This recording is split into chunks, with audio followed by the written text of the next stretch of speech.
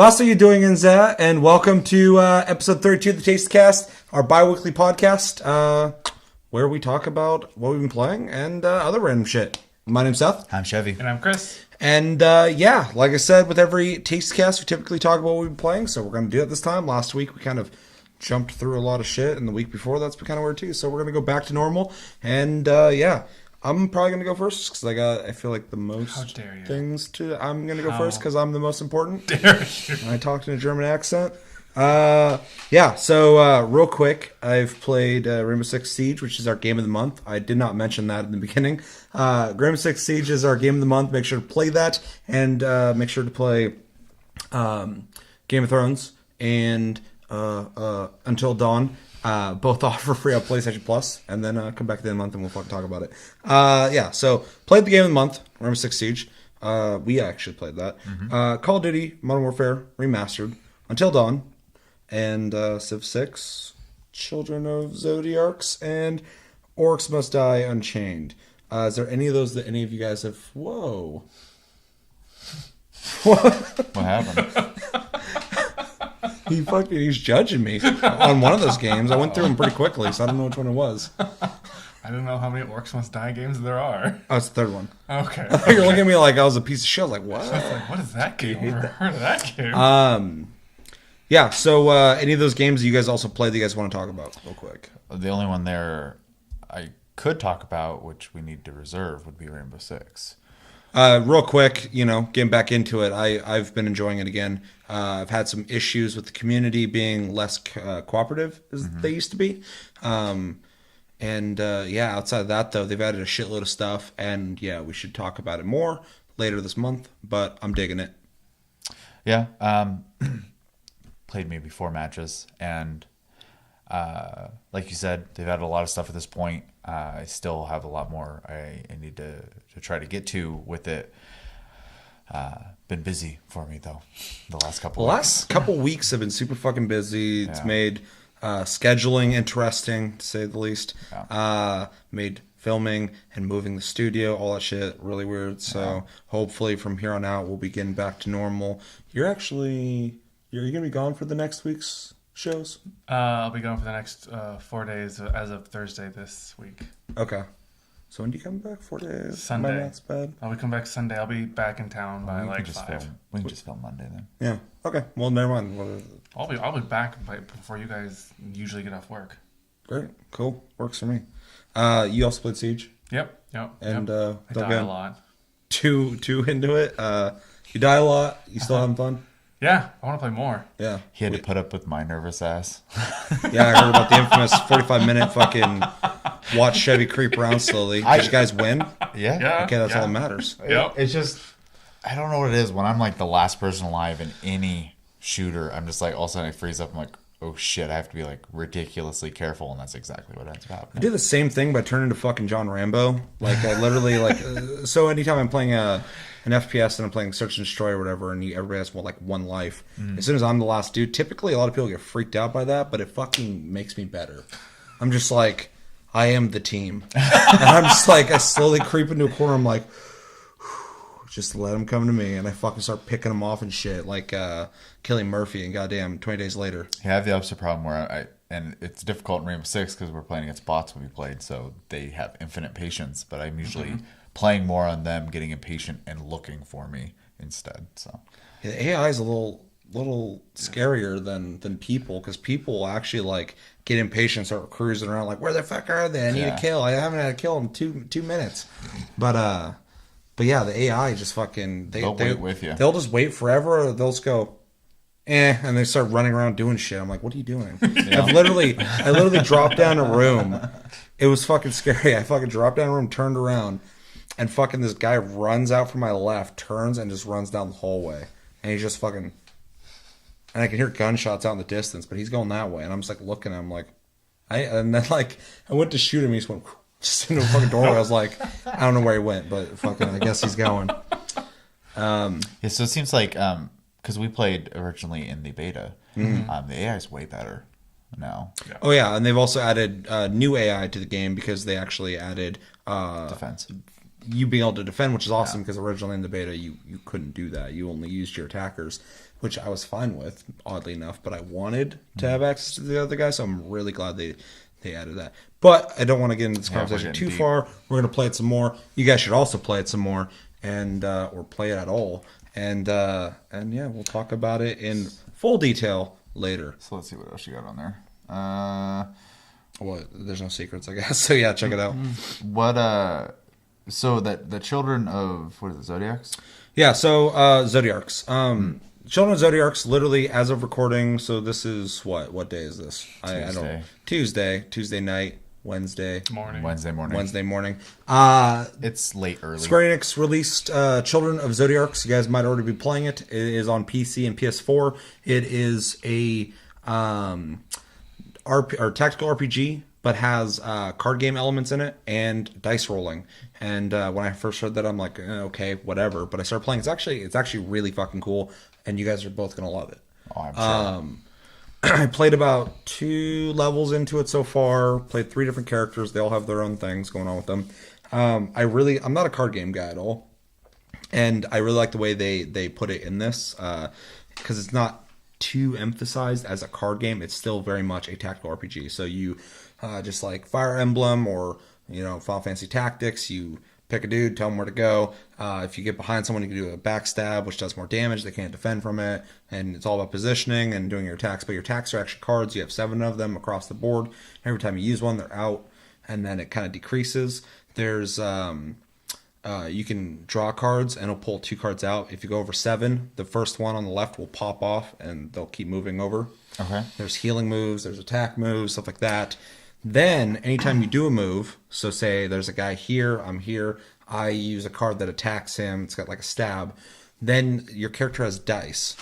You literally, with real physics, take the dice and throw them and roll them, and you can re-roll once. So you can pick which dice you didn't like the rolls on, pick those up, leave the other ones on there, throw them. Now, that has physics, so if they fly and hit the other die, they'll actually knock them over, so you need to be careful of that. The dice have... What's up? It's like Metal Gear Solid and Yahtzee get put together. It's kind of Metal Gear Solid Acid. Yeah, and I never played that, but I definitely played Metal Gear Solid. And yeah, so you roll them. Some of the rolls will increase damage output or healing output. Other ones will increase your defense. Some of them will actually heal you. Other ones have special effect properties on them. They're a little star. And then later you get dice that will actually have negative properties as well. Because when you beat a level, you get new dice packs for customization. Okay, that actually sounds kind of interesting. It adds a little RNG to it. And actually, when you had said you had bought it, I looked it up on Steam. I was reading through the reviews, and someone brought up the RNG, and they actually specifically stated that they felt the RNG was actually pretty fair. So that's good to hear as well. What is RNG? Random number generator. Okay. Yeah. So yeah, I'm pretty interested in it. The card system reminds me, and the name escapes me, but there was a game on GameCube where you did all your combat through cards, and they would burn, but it was an action game, and I can't remember for the life of me. Someone, if you know, let us know in the comments. Let me know. It was a lot of fun. I wish I could remember it now. Yeah, but, it kind of reminds me of that system. So I'm not big on games with RNG in them because I have the worst luck of the world. You play Brave XVS every day. Yeah, and you should see my units. You have Transterra. I have worse luck than you probably. I did get one really good unit. One. Well, everybody gets one. That's right. Everybody gets one. Thanks, Spider-Man. It's funny how so many people say that, because like I also like when it comes to like rolling games, shit like that, or dice games, I always roll low. It drives me fucking insane. You should see me at the casino. I don't go to casinos, but I don't like gambling, so. I only go if I have an excess amount of money that I don't know what to do with. I'm like, what the fuck? All right, take it. I would say if I had that luck, I wouldn't be there at all. But yeah. If you want to throw your money at someone, just throw it at DE next time. Just throw it at me. Why not? I'll give you more than a casino. Fucking, I'll draw you a picture or paint something for you. Make you a song. Yeah. Put you on YouTube. I do that anyway. You do that anyways. I can still do it. I guess you could. Is there any good merits to that? Obviously, it's not quite your thing, as you've said, but other than that, I mean, it's a tactical RPG. I like tactical RPGs. I've never played Fire Emblem, no. It's really good. It's really fucking Killing good. me. I know you'd love it. Yeah. And you have the console for it. It's time to play it. But it does sound interesting. I did like Metal Gear Solid Acid a lot, and that's virtually the same thing concept-wise, minus the dice. Like you had a set of cards, all the different things. Why the fuck didn't I play that game then? It got really bad reviews. Yeah, it did. I don't know why. Well, I do, because all of us Metal Gear Solid fans were like, that's fucking stupid. And now you keep talking about it, I'm like, that sounds kind of fun. You get the card for like a landmine, and you could just put it down and then move your character away, and when you make a noise against the wall, the enemies would come running and just blow themselves up. That's kind of cool. Yeah. If you threw a grenade and then there was like a truck in the way, it would bounce off of it. Change is bad. Change is inevitable. Both are true, kind of, but change can be good and bad, and it will come or it won't, and you'll be Assassin's Creed, and you'll just keep making the same fucking thing over and over again. I'm also in the same boat though. Like I'm not, like I said, I'm not even a card game type person at all. I hate poker. I hate fucking anything that has to do with cards pretty much. I appreciate them, I respect them, but I can't play them. And the way it does this is really fucking, it's more of a mechanic than it is a card game. I actually like the kind of the gambling aspect of the dice and the random cards you get. Well, it sounds like the dice just add or take from the card, but the card still does its thing. It sounds Exactly. Like. So it's not really you're still getting that base RNG damage. Yeah. In the way I think you're thinking, as much as it's a modifier. You're changing the dynamic. Yeah, for sure. And then, like I said, later there's some that you'll roll and they'll have like negative effects. Yeah. Which I think is interesting. What homages to Final Fantasy games are there in it? I don't know. I've only played two levels. There's characters that don't look like Final Fantasy characters at all. It is only published by them. There are blocks that you click on and you move to them. There's weapons. There's dudes with pretty cool outfits. I think the enemies have some pretty cool like red armored outfits. Look pretty cool. All the characters are very, very cliche. Like, oh, I'm the girl with the daggers who's sneaky, so I'm snarky and an asshole. And then the big guy with the huge club is fucking, woohoo, fuck it, who's gonna come fight me? So it's tropey. Yes. But, well, I mean, really, what isn't? Fair enough. I highly suggest it, though. I've only played 2 levels of the fucking game, and I want to go play it right now. So it's like $20, right? Full price. 18. $2 less. I'll probably pick it up. Definitely pick it up, and definitely go look at it. See what you think. All right, I'll be right back. So Arekkz Must Die, played that. I'm actually going to be talking about most of these games just because they're all kind of newer. You haven't played any of the Arekkz Must Die? I have played one of them. So the tower defense, third person action games, whatever. You set traps up. The third one came out, I think it's Unchained or Unleashed. I'm pretty sure it's Unchained. Django Unchained. Different thing. It's funny because before this game came out, I heard it was gonna be like a MOBA. I was like, God damn it! Ooh. Stop fucking taking tower defenses and making them MOBAs, man. Like I love tower defenses. What's the difference? They were gonna do it with Dungeon Defenders 2. They didn't, and that's awesome. Even though that game we've talked about many times is okay. This is not a MOBA. I think there might be some kind of multiplayer in it though, because like this is a free to play game, which I wasn't expecting. I went to go look for it and it's like download. I'm like, yeah, I guess I'll download it if you're just gonna give it to me. And then fucking I downloaded it. There's actually also, if you're gonna download it right now on PlayStation Plus, there is a PlayStation Plus pack that will give you in-game currency and skins and shit. So get that if you're playing the game. But yeah, there's in-game currency and shit that you can buy. So there's microtransactions. But it's a tower defense again. It's literally the same fucking game again, which I'm happy with. I like Arekkz Must Die. I think it might be 2-3 player now, which is kind of cool.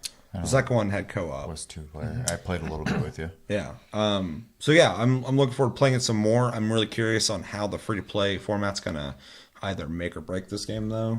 If they do it well, I'm sold because I love tower defense games. But at the same time, it scares me because I don't know if it's gonna be like welcome to fucking, level 6. You're going to need to start buying some shit to enjoy this game. Yeah, it's really tricky when you get a taste of a game as a premium title, it seems, and then they decide to go with the free-to-play for a sequel. So far, not a great track record in that regard. The best times it ever works is when a game is failing and they resort to free-to-play. Because a lot of times it helps them. Yeah, but it still was designed as a premium game originally versus in the case of Dungeon Defenders and in this. And I haven't played this. Yeah. And so, I mean, I can't judge this game at all. But skeptical, obviously, because of what I've seen in the past with other games that had a premium game. And then we're like, we're going to make a sequel. It's going to be free to play because we can make more money off microtransactions. I don't know. At that point, I almost wish people would just make a different game as a free-to-play game. Or an offshoot. Because that usually works. You get to start with fresh ideas instead of trying to make your premium game work in a free-to-play model. Yeah. So. And the thing that sucks about it, too, is it hurts the brand for me because, I loved Dungeon Defenders, played Dungeon Defenders 2, and it just made me want to go play Dungeon Defenders again. Yeah. So it's almost like a dead end for the series now for me because they did that. Just like this, if it's not good, that's going to be kind of shitty for me because I really like 1 and 2. So if this game's not that great, I'm going to be like, oh, cool. I guess they wanted to just kill the series. I've only played the first one, so I've experienced the single-player option. But I don't know. We kind of give it a shot, I think, because you never know. Something could always be good out of this. They might do really well. It plays the same. I mean, it's the same game. I've seen people play it. Looks better. And it is co-op, but you also go 2v2, which is really weird. So there's verses in it. Yeah. Okay. It's interesting to watch people play 2v2. But it looked like it worked just fine. I didn't even know it was a free-to-play game when I was watching other people play. Yeah, I didn't either. I was literally going to go buy it. And it's like download. I'm like, did I buy this already last night when I was half asleep? I've done that shit. I've literally gotten VMUs in the fucking mail before, and I was like, I don't remember buying this. And Amazon's like, thanks for the purchase. I'm like, I guess I'll keep it. So I'm just gonna create a list in your Amazon of things that I want in hopes that one day you'll just accidentally just. I'm just gonna be like, what are these? I'm just gonna leave them on the couch and show them. They're like, oh, are you using that? I'm like, oh, it just showed up. And you're like, oh, I'll take it. It's a good plan. It might work. The other example I was thinking of, now I've lost it, of course. Shit. Never mind. We'll skip it. The only thing I can ever say about free-to-play games, and I say it over and over again, is League of Legends is a really good base model for people to look at when they're making a free-to-play game. Warframe. And Warframe. Warframe is the example. Warframe is very good. And League of Legends absolutely is a good example because, I mean, it'd be stupid to argue otherwise. Yeah. I mean, it's a similar type of game-ish. I know that Tower Defense and MOBA, I see them almost identical. I know there's, differences between them, but I see them pretty similar, I should say. Not identical. You're cutting me deep. I'm going to have to show you a couple different Tower Defenses because I don't think you'll have the same opinion. It's what I do. Any other thoughts on that, though? Definitely go check it out, though. It's free, so you got nothing to fucking lose. And also, like I said, PlayStation Plus, there is free stuff for it. Mm-hmm. Played Civ 6 off and on quite a bit. Bought it because I love Civ 5, and it is awesome. I don't really have a whole lot to say about it other than it feels like a more complete game. As soon as you buy it. Civ 5 was awesome already, but then they added a lot of features to it that a lot of people were kind of clamoring for before. And this one feels like they kept those features already into 6. Visual style is different. I was kind of worried about that at first, but yeah, I think it looks great. I think the animation is really good, and because I'm talking about it like this, I just bought it. This isn't like I've been playing for a long time. But yeah, I mean Civ, it's awesome. Have you beaten a game yet? No. No, I put and that's nothing for Civ, but I put 3 hours into one match. I've played 4 different matches because I've been trying out all the different people and shit. So once I find one that I like, I'm also waiting for people to fucking buy it so I can play it with somebody until the fucking break of dawn because that shit goes on forever. Yep. Speaking of the break of dawn, played Until Dawn, streamed it. Go check that out. It's up. That is one of our games for Plus Club, so play that. Come back in a month. Just for reference, how far are you into that game? 2 hours. Just happened? The girl's trying to take a bath. Okay. I know where you are, exactly. I know where you are. You're sitting right next to me, motherfucker. I know where you sleep. Right over there. As I draw my phone, 'cause I'm scared. I'm trying to act cool, but it's true. He knows where I sleep. He knows where I live, everything. It's really interesting Until Dawn, and we'll talk about it obviously some more. And Chevy's, we got to find a way for him to interact with this game in some way, whether it's him in the corner staring across the room, or whether I just tell him what's happening as he's on his computer. That's not going to happen. We'll figure it out. But yeah, it's interesting because the game is in some ways trying to take itself serious, but other ways it feels like a campy horror movie. So when they say really stupid shit, I'm pretty relaxed on it because I'm like, it's just cheesy and it's fine and it's not alien talk. But that game is a gorgeous fucking game. Really, really good animations and set design, all that shit. Set design's not a movie. Game design, everything about it is really good. And my biggest problem with that so far, though, is just like all the characters are just so fun cliche, which they're supposed to be, I'm assuming. And all the actors are fucking annoying and stupid looking. That's a really stupid thing to complain about. I just don't like the way. Oh God. Motion capture? No, the motion capture's fine. The guy from Mr. Robot. Oh, yeah. That fucking guy. His face drives me nuts in that game. In real life, I've seen him in Band of Brothers shit. He's fine. Or wasn't Band of Brothers, it's the Pacific. He's one of those fucking things. He's fine in that. But yeah, in that game, every time he talks, I'm just like, are you drunk right now? What have you been drinking? What about the cheerleader? Which one's that one? The blonde girl from Heroes. Hayden Panettiere? Yeah, she's the blonde character. Well, there's two, and they're both She's the one in the dumb. bathtub, Okay. Yeah, they're both dumb. if I recall right. I fucking... Huh? If I recall right, she's the one in the bathtub. Yeah, well, yeah, probably. Yeah, the whole house, the lights are fucking off. They're all living like goddamn Oregon Trail. Yep. And she's like, I'm going to take a bath. I'm like, turn the fucking lights on. Why is that? Why are you like so hung up on this fucking civilized idea of a bath and then fucking the whole house is dark, cold, and fucking dusty as shit. There's asbestos these people are fucking breathing in that if the fucking killer doesn't get them, the asbestos will. It's horrifying. 30 years later, but yeah. 30, yeah, cancer's going to kill the fuck out of anyone who survives that place. But nothing crazy has happened yet, except for the fucking beginning with the goddamn flamethrower guy. That's Yeah. And you know what? I already know that guy's probably out there fucking hunting Wendigos or whatever the hell. But like, she's like walking, and she's like, I wonder where she went. She's like, oh, what's her name? Oh, Hannah.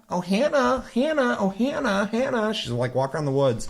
She's like nonchalantly, oh, Hannah. And fucking someone goes with a flamethrower out in the trees. They're in the woods. And fuck, she's just like, what was that? And just keeps walking. I'm like, dude, I can explain any scenario why that fire would be fucking blowing, and none of them should be out here. I can't wait for you to finish the game so we can talk about it. How long did it take you to beat it? Well, I played it with Daniel. Like 12 over hours. the course of a couple days. Okay. I do want to beat it because there's just too much to talk about. Like, if anything, I'm enjoying the game just because I'm like, every 5 seconds there's something I can talk about in this fucking game. Mm-hmm. So it's cool in that regard. And yeah, Call of Duty Modern Warfare Remastered. A game that came out a long time ago, redefined fucking FPSs, made the standard, and the game is still fucking awesome. Like, it's crazy. Like, it's the original Modern Warfare, and it's better than most of the Call of Duties nowadays. It's back when they actually gave a fuck about Call of Duty. The multiplayer is awesome. It's fun. The single player is fucking awesome. I'm playing it. I'm just like pissed off the whole time. So I'm like, what the fuck happened, guys? That's horrible. Well, they made Titanfall. I know. Vince Zampella and the other guy. They made all the Call of Duties up until Modern Warfare 2, and all the shit happened. And Black Ops is good for multiplayer, single players, whatever.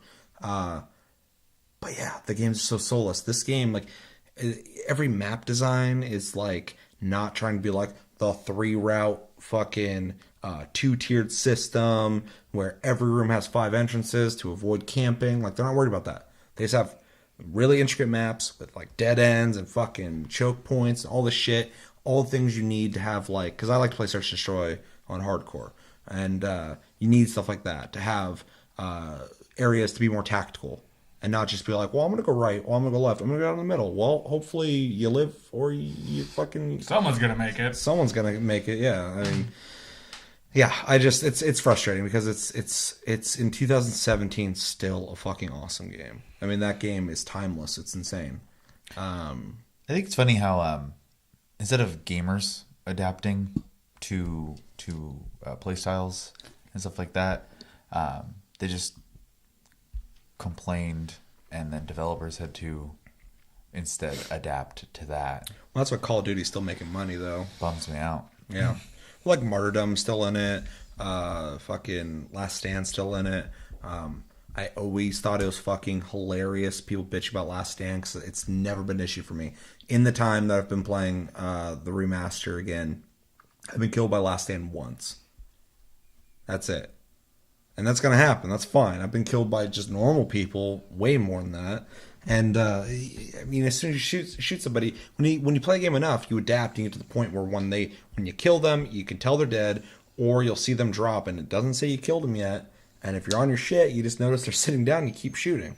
And then it's over. I remember watching you play it when it originally came out, and I would watch you shoot a guy and follow them to the ground when you were playing. Yeah. Because there was a good chance they're going to try to shoot at you again. So, and because Call of Duty's changed and where it's gone now, like there's way less people now using it as there used to be.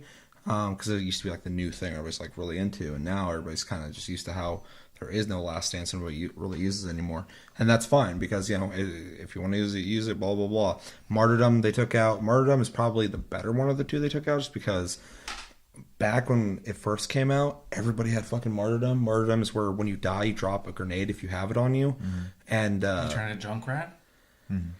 Way before Junkrat, but yes, no, you turn to Junkrat, And yeah, so you drop the grenade, and that's fine. You used to be used to that. Like, they would drop it, and you go, fuck, and you run, you'd be fine. But it got to the point where everybody's using Martyrdom, so the whole map was just blowing up anytime someone died. There'd be like a whole shootout, and there's just grenades going off. And they fixed that in Modern Warfare 2, where they made it a death streak, where if you died so many times, you would get Martyrdom. I thought that was the best way to balance it.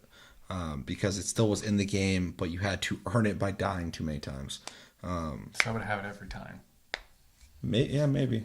I actually haven't seen play a whole lot of competitive shooters versus people. I'd be curious to see that, because Chevy, this motherfucker's always like, I don't like competitive stuff. That's what Chevy sounds like, obviously. And then he plays them, and he's like always like fucking in the middle to top of every match. So he just doesn't have that bone in his body, but he definitely fucking can kill the shit out of people. He's definitely my brother. I'm going off topic, going off fucking place. Modern Warfare Remastered is awesome. It's awesome. And yeah, if you liked the older Call of Duties and you hate the newer ones, fucking play it. And if you just hate Call of Duty and never played any of them, go fucking play that one, because that one's one of the best ones. I won't. Or play Battlefield or Titanfall. Yeah. There's plenty of options out there. Play Warframe too. I'm not going to argue with that. Warframe. All the Call of Duties. Fucking. Side note. More revolutionary. Like Josh had said at work, and then I read as well, Titanfall 2 is getting a co-op defense mode. Yep. So. Pretty stoked about that. New weapons and you all right?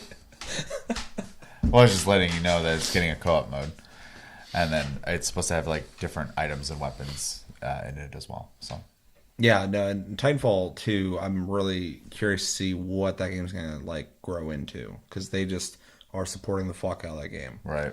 I want to be a robot cat. The laser turret. I feel like Warframe will do that first, the way they're going. They already got robots in that game. There's gonna be more. Zanuka. You want to see fucking? You think he's so bad? Fucking wait till you meet Zanuka. Yeah. So anyway, I think that that about does it for what I've been playing. So let's talk about whatever you guys have been playing. Yeah. I'm sure they're great. So Rainbow Six. Uh-huh. Very little bit in the last couple weeks. Final Fantasy 14, not because of disinterest, but because I have not had time. Shelly definitely hasn't had time. I haven't had time. Shelly's definitely not had time. Yeah. And in the last couple days, I finally have had time to play something, and I actually hopped back into Paragon to... Here's the thing that's driving me fucking nuts about that. Is I was like, oh man, Paragon, blah blah blah, and then I'm like talking to Shelly about it, and he downloads it, and then fucking I'm like, I want to play Paragon, and then you're like up in the middle of the night just playing it, and I'm like, where's my invite? You're like, well, I'm already in a match, I've been playing. I'm like, okay, well, I want to play, and then now Chris is fucking playing, I'm not playing it. I feel left out. It's I love Paragon. I think we've brought it up before, but like, you know, obviously, like me and you are not huge MOBA players. Chris, you know, plays a little bit. He plays a lot of... Well, not League MOBAs in general, Yeah. but yeah, he likes playing League. Mm. I don't know. Paragon just is, even though it's the same exact formula with all the same stuff in it, it just feels like a better game to me, and Yep. I think that is 100% attributed to the play style. Because I agree. it is a third-person action game versus a isometric, like Diablo-esque control style, and I think it just suits it better, at least for me.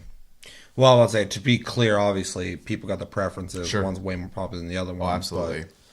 But I agree. That's actually one of the first things when it came out in beta that I noticed about it, because I played other third-person Still MOBAs. technically in beta. Wow. Well, they took my fucking. I think gave them like $10 for something. I don't remember. Fucking. So they took my money like it was In all released. fairness, Warframe is also technically in beta. Or early access, my bad. That game's pretty fucking big for a beta. Damn. Anyway, what was I saying?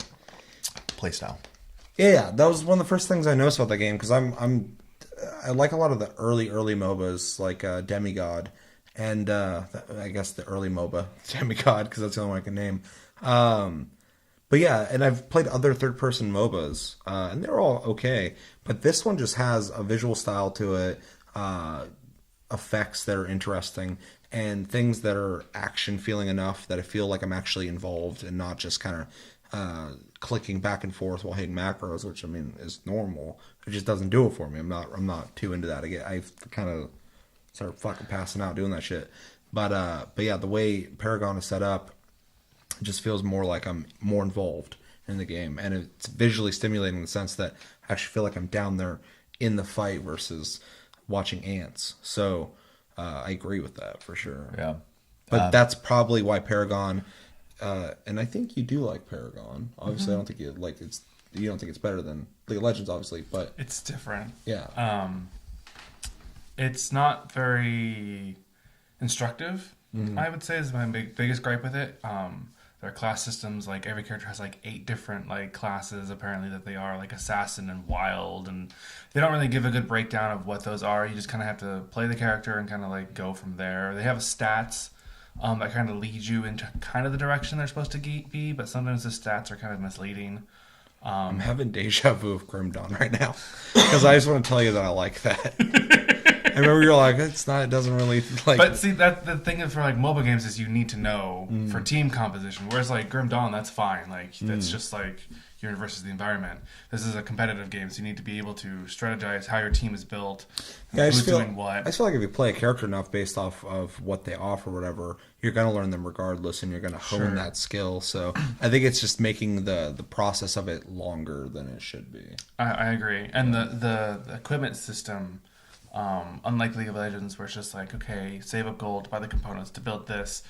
You make decks for each character, and even then, I'm only recently, after playing it for like, I don't know, 6 hours today, I'm finally getting the grasp of like how the decks are supposed to be built and how you equip all the decks and the gear and things like that. I can give you a quick rundown on that real quick. Yeah. You take your characters, like I like to play Gadget, and her strength is ability damage. Yeah. So my focus needs to be ability damage and mana pool and regeneration. Those are the three things that I need to be caring about. So when I build my deck, you get 40 cards or whatever, 40 points. You spend roughly a third to half of them on entry level ones so that you're not just squishy right off the bat. I love that whole strategy. And then you have the rest of your points for your heavy hitter and end of the game cards. Right. Also, the cards, there are add-on cards to make your card more powerful as well. Right. So you can really focus on something. So like on Gadget, I focus on like just huge amounts of ability damage with mana pool being my second focus and mana regeneration being my third.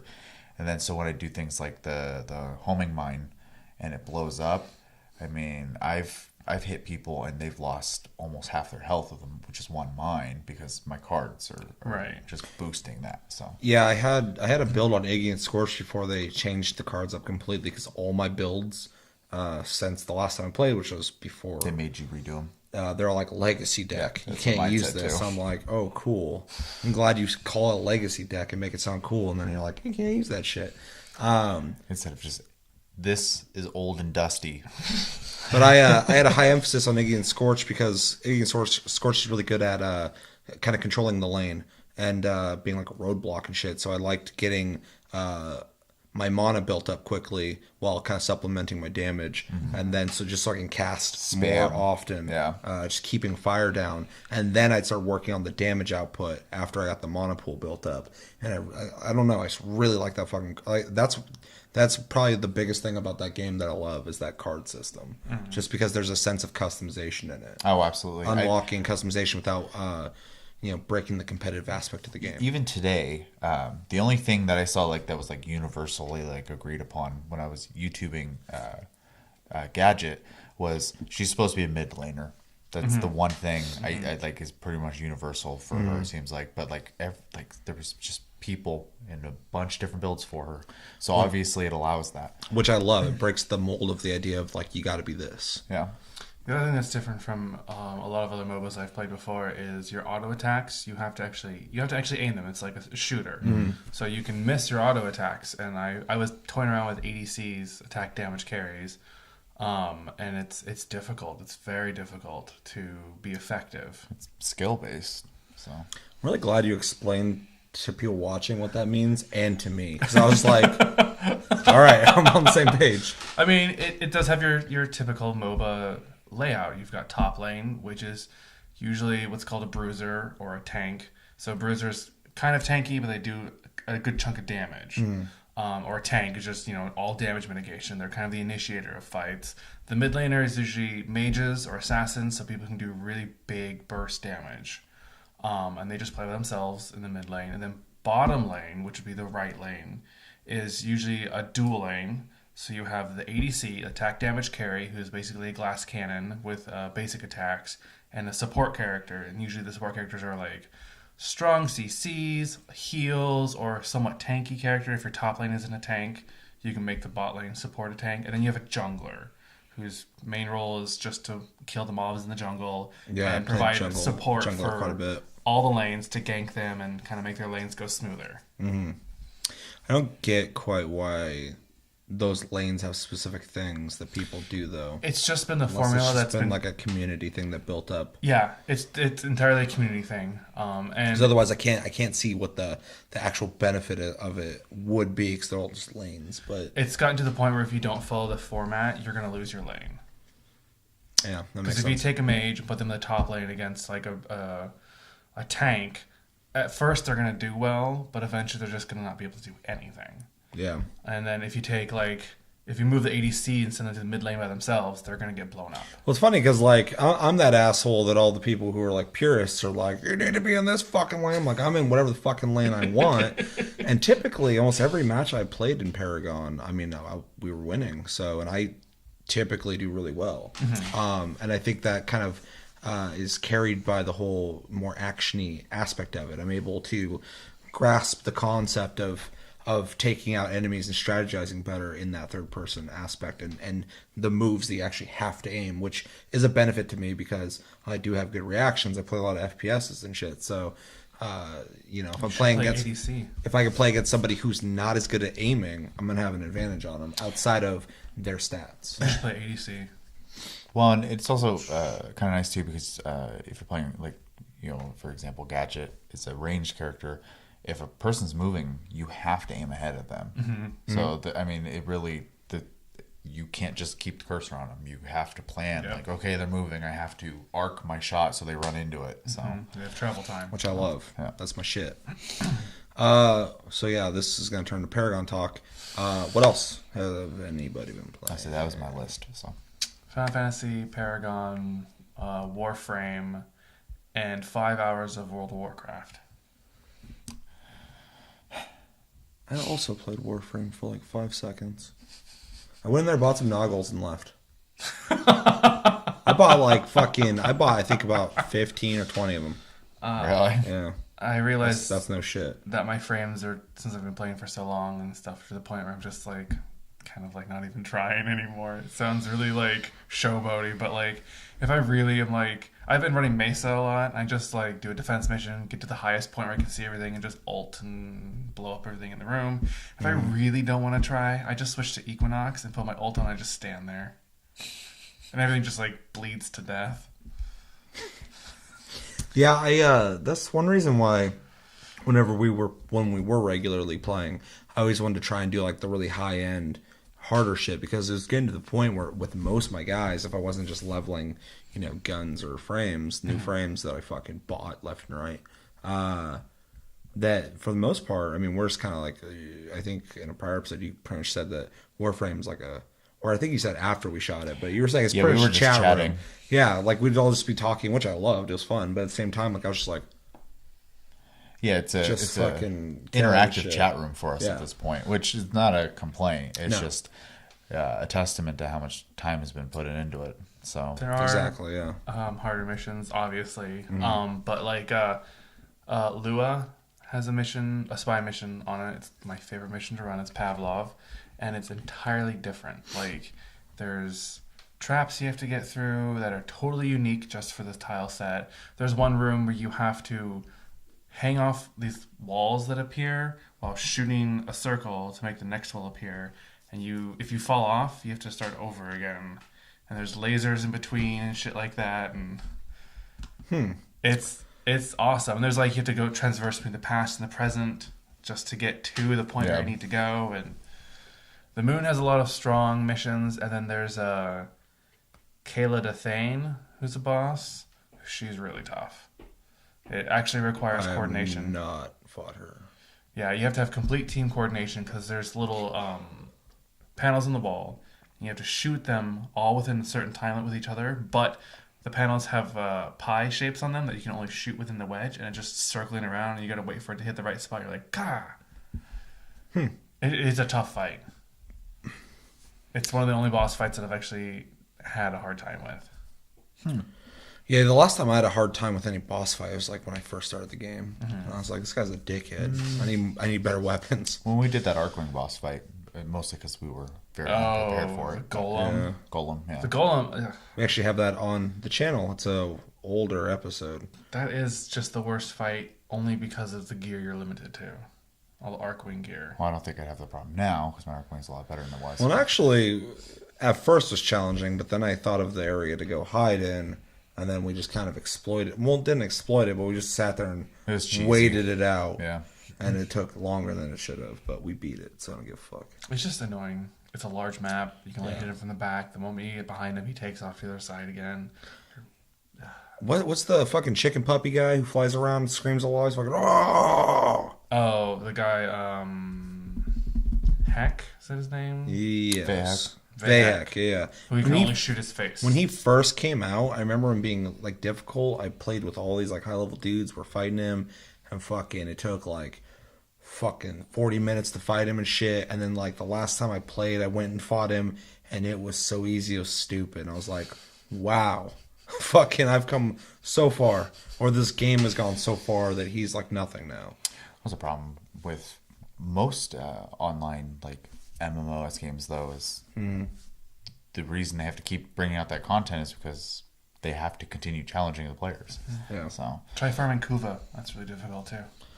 Yeah, still haven't tried that yet. You have to be able to transition in and out of your frame, like to your Tenno, back to your frame. While these guys are attacking you, they can only take damage when you do special Tenno abilities through them to make them drop their weapon. Then you go back to your Warframe to shoot them, all while waiting for this Kuva tentacle mist to come through, which you got to catch. And it's difficult there. So why are you playing WoW?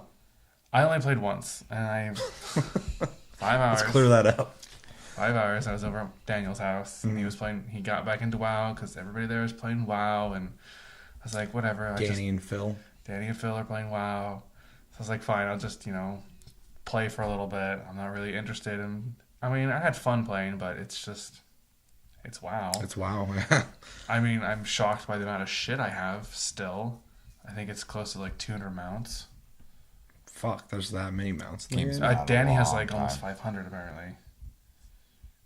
He would. I got the Dark Phoenix mount, and I got the Molten Core mount. I found out one of my pets that I have. I forgot. You're gonna love it. It's the Molten Corgi. It's a little corgi that's like on fire, and it scoots its butt across the ground and leaves a lava trail. I remember seeing gifs of it. Not enough to make me play the game, though. That's fucking insane. But that game has been out for so long now that it kind of makes sense. But that's impressive. They have the wardrobe system built into it now. So like, what's it called? It's not glamours in that game. It's transmog. Yeah. So every piece of gear you've ever collected is just automatically saved in this list. Like that's good. That's good. Yeah, and you just can do it anywhere. It just costs gold to change it. That's pretty cool. I like when games do that, especially like when you get like locked into like, okay, I'm stuck with this gear for a while now. Like, it's nice to just be like, I actually like that thing I had a long time ago, like way better. So it gives a sense of customization. And it's been a while since I've played, but I was playing a hunter, and they've changed some of the builds for the characters now. Yes, they have. So hunters now, their survival is no more bows, and like it's melee. Yeah, they changed that. I remember the initial reaction was not good to that. It was fun as hell. You have to have a tuner weapon, and your first move you get is javelin. No, harpoon. And you literally just throw a gigantic harpoon with a chain that stuns the enemy in place, and you just pull yourself to it. Just go for it. I exploited the fuck out of that. I can just harpoon enemies above me and just go whee. What is that? What class? Survival for hunter. Survival. Okay. Yeah, weird. I'll just stick to 14. Rogues have what is it, like Corsair or something like that now? So they have moves where they shoot guns. Really? Yeah. Huh. Like you're still using like 2 swords if I recall right, but every now and then your character will just pull like a gun out of its ass and shoot people. That's crazy how much has changed. Like I don't even have like a long-standing history of that fucking game. I played off and on every once in a while. Whenever Chevy was trying to get me to play it, he'd fucking buy me time, and I'd be like, I guess I gotta play it now. They were threatening to buy me time to play with them. What a threat! I know. I'll fucking buy you time if you don't play. You just gotta tell them you already have too many time-consuming games to play. They didn't just introduce, not to like toot WoW's horn too much, but class mounts. So, Warlocks had a class mount, and Death Knights had a class mount, but now all classes and all builds have their own mounts now. It's crazy. That is crazy. At this point, though, the game's so established though that they can just keep adding those things. Little things here and there, that just kind of change the thing. Druids turn into weird owl monsters. Really? Yeah, that's their class mount. They turn into this big owl thing. They turn into it? They turn into it. Oh, that's crazy. Because druids always have those forms. Always turned into forms, and event. They did get a rideable form, but that was in Cataclysm, wasn't it? Yeah, travel form had a glyph that could turn you into a deer, and people could ride you. Yeah. But yeah, like I think it's what class was it? I think it's Warlocks. No, it's Rogues. I think it's Rogues that get a Raven mount. Like it's just solid black Raven. You fly on it? Yeah. Hunters get one that's a wolf that has a fucking big wings. ass raven. It's what? It's a wolf on the ground, and then you jump, and it just sprouts giant wings from its arms. Like that fucking Transformer from Beast Wars? Actually, I had that transformer. So did I. The gray silver one that had like the eagle claw. Yeah. He had the fucking things that shot out of his wings. Yeah. I had it too. Damn, it's half wolf with eagle wings on its back. No, its arms are like it's like more of like a wyvern. Buh. Yeah. Sounds creepy. Yeah. It's basically it's the Manticore mount from like Flight Paths reskinned. Yeah. That's the most I talked about WoW in a while. Right. Well, I didn't talk about it. I just listened. But anything else you guys want to throw out there before we get into the topics? Nope. Okay, so we're going to be talking about, we missed this on Taste Tuesday, so we're talking about it now. Obviously, we've covered before, but Atari has the new Ataribox console that they keep talking about. They finally showed it off, and they are talking a little bit about it, but they want to reserve some of that information. They're not talking specs yet or anything like that. So we're going to be talking about impressions of it, have a conversation about it, because I think it's interesting. So for anybody who doesn't know, Atari is making a console again. Now, they're being vague about what that is. The only thing that's confirmed is this is pretty much going to be an NES Classic for Atari. Now, there are two models of it that are going to be coming out. There is one with a wood finish. There should be a picture on the screen right now, unless I'm lazy, but there should be. So check it out, and if not, Google it. But it should be there. I'm gonna make you put it right here. Okay, yeah, it'll be there. Good planning strategy. Yeah, so kind of interesting looking, kind of retro. When they said there's gonna be wood grain on it, I was like, oh god, like is the whole thing gonna be? I think that's kind of cool. I like the way it's designed in that way. But they also have a black model that I think looks better. Yeah.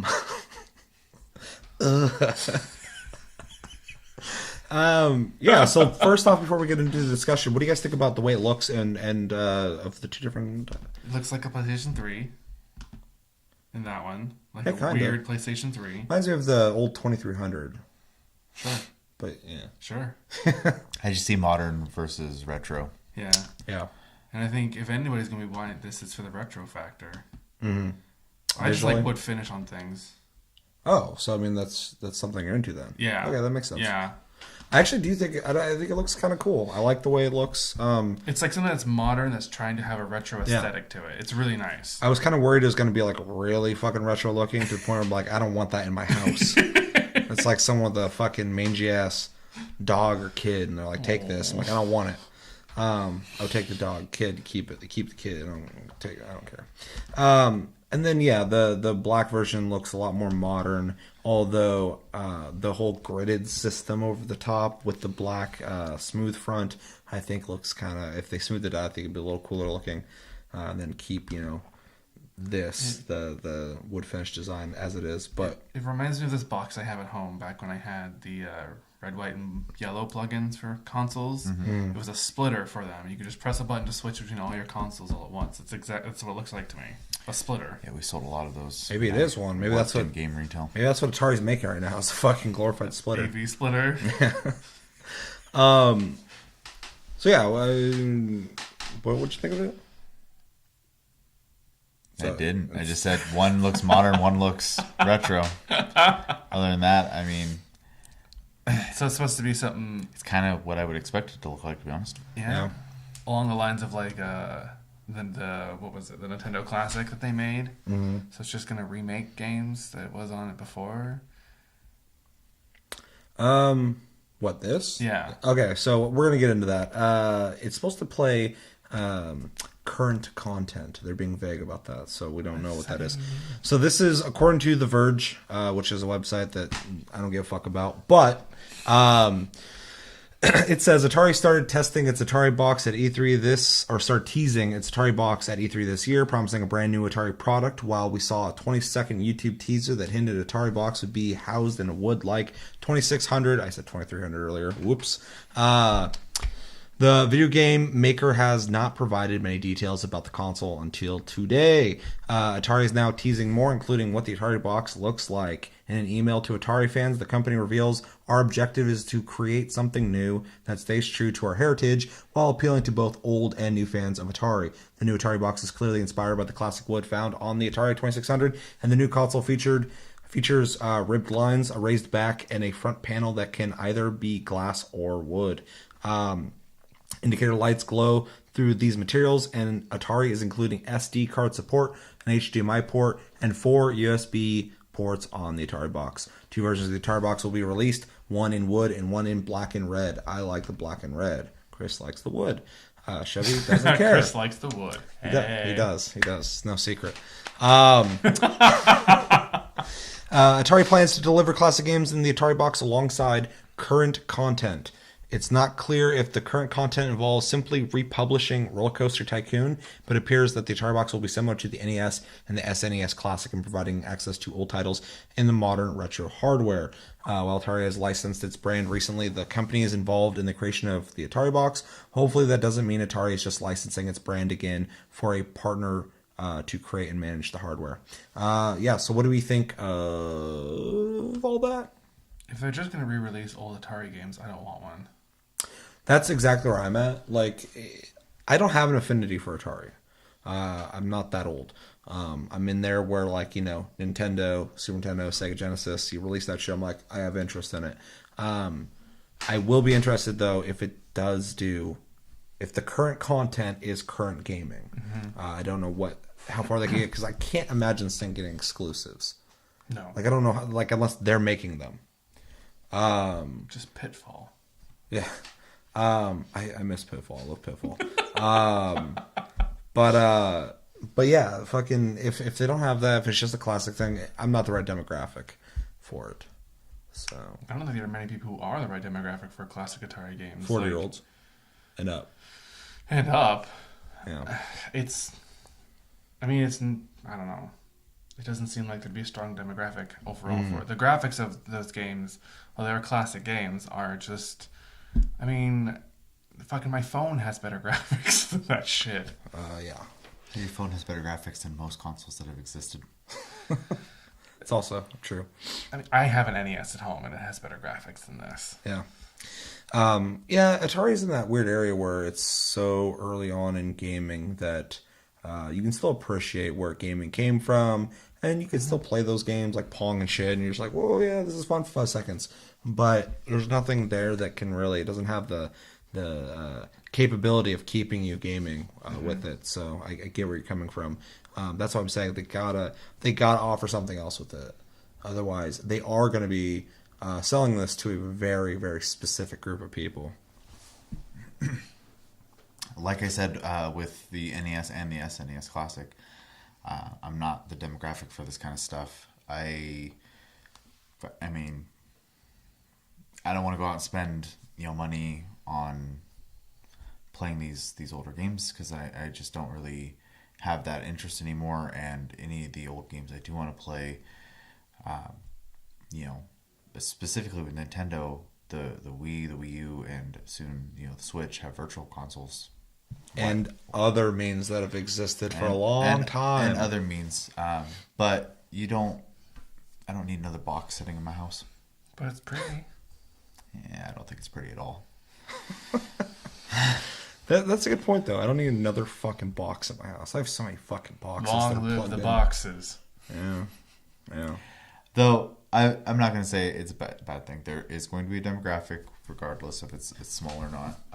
For all your Pong enthusiasts out there. And if current content, even if it just means they're going to release old like Atari style games that are new original content, that's neat. But I think there's a place for it. So I think my biggest thing with this thing is I'm not even like excited for it because I don't like I said, I'm not like huge on Atari.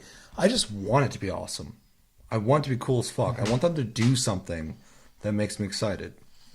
I don't know if they're gonna, but if they do, like that's why I want them to just be like, we're actually going to be making like a dope ass console that does something that you weren't expecting from us. From the sounds of it, because they didn't discuss anything about how like if it's going to play discs or anything like that, it sounds like everything's going to be done with SD card. Mm-hmm. So you probably have to go. This is all assumption. It's probably going to be digital. It's either going to be all digital, or you have to use your SD card to go to their website to download the file to play it on their Atari. Probably. Yeah. Yeah, I just assume it's going to have like a UI where you go and download shit online. Give me your fucking credit card. It's just a box for you to play Newgrounds games on. That's all it is. Well, that is depressing. That makes me not want to fucking even look at it anymore. I don't give a shit about the wood fucking finish. No, I think for people who maybe did grow up with Atari and they have that nostalgia that where they want to show their kids or the games they played growing up, this is just a nice, easy way for them to access that, and that's great. But otherwise, it's hard to say. We don't know much it's about not it. for me. It doesn't seem like it's for any of us. So Yeah. Yeah. But I think we can all agree. We hope it's not shitty. Always wish for the best. More competition is good, like you always say for the market. Yep. Our new sub Zender Zagato is staying active in the comments and suggesting videos. So we're gonna watch Monster Hunter World's multiplayer gameplay video. Now I'm gonna warn you guys, the quality of this is really not that great. Apparently it came off the floor of E3. It's also in Japanese, so we're gonna be watching footage from somebody else's YouTube, Arekkz Gaming. I think it's Arekkz. So yeah, we're going to be watching his content. So make sure to go check him out and go subscribe and all that shit. And we appreciate... I'll link him down below. Yeah. We appreciate having somebody talk us through this because, like I said, the original footage is actually in Japanese. So we'd just be sitting here going like... My Japanese is too rusty for that. My French is too rusty for that. Okay. Je parle français un petit peu. No. No. No. No, So yeah. français. We're gonna watch it. I'm actually skipping forward a little bit though because the beginning of this video is a lot of the stuff we've already seen. Rude. So we're gonna be watching the multiplayer stuff. Rude. Starting at 11 minutes and 12 seconds in. So If you want to see the other stuff, go back to check out our other video where we actually watched all of it. where we watched the this whole thing's pretty much like a tutorial area anyway that is kind of new to Monster Hunter. So the footage we saw before in this is like the same fight and the same draw or bring them up to the nest The thing. weird turkey monster thing. Yep. So yeah, let's watch this. I do believe this is basically starts to be like a tutorial mission, something that Monster Hunter has always, lacked on. Basically, they've had like ways to sort of teach people, but they've never been too good. This is actually a really good sort of tutorial flow. The narration from the quest giver, paired with the button combos, paired with loads of things like that, is a really kind of good introduction to the game. So if we do ever get some sort of playable demo ourselves, then I'm going to imagine This is the guys that fucking is who probably made the what we're game gonna playing get. this, Or I maybe this will think. be like the first mission in the game. Hopefully, for once, they'll actually kind of let you kick off the game without just being like a boring gathering mission. We can do something Just slightly shoot more them with exciting. darts. However, jumping back to that for a second, you would have, of course, seen the Hunter fired a flare in the sky. That now opens up the lobby to drop in multiplayer. You can Big still bada boom. go into like, the hub Okay. town, set up a quest, and group up there as you always have done. Hey, it changed the But in this map. situation, Look if you at start that. with Water solo and and shit. then like, you Yeah. decide, alright, we're fighting Rathalos, things got a little bit tough. Okay, bye. Now I need to help with the friends. That's fucking cool. That you can even do that. So the flare, you don't have to go to lobbies anymore. The flare turns the map into the lobby that people can just join. Yep. Wyverns attached with their So much grappling more hooks. You also saw dynamic there the than it destruction of the ever has environment. been. That Yeah. is something that can be used by both hunters and monsters. So there was a dam at the top with sticks and Boom. debris and stuff holding it back, and the hunter used the bomb to destroy it.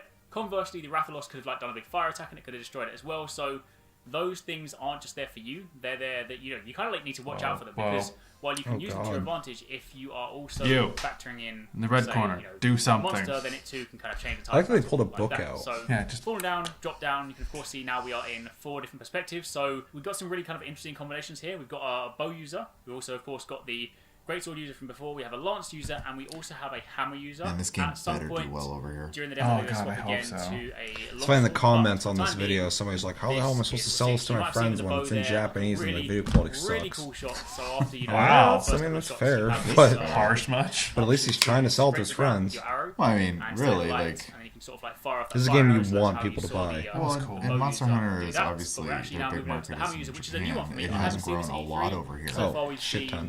greatsword, longsword, hammer, And bow, I think this is actually longsword a and dual blade. direct We haven't seen hammer and result hammer. of A that. little later on, you'll see an incredible. I really They wouldn't have had the balls to make this game So if if you have things to bear it in mind wasn't here doing as again, well.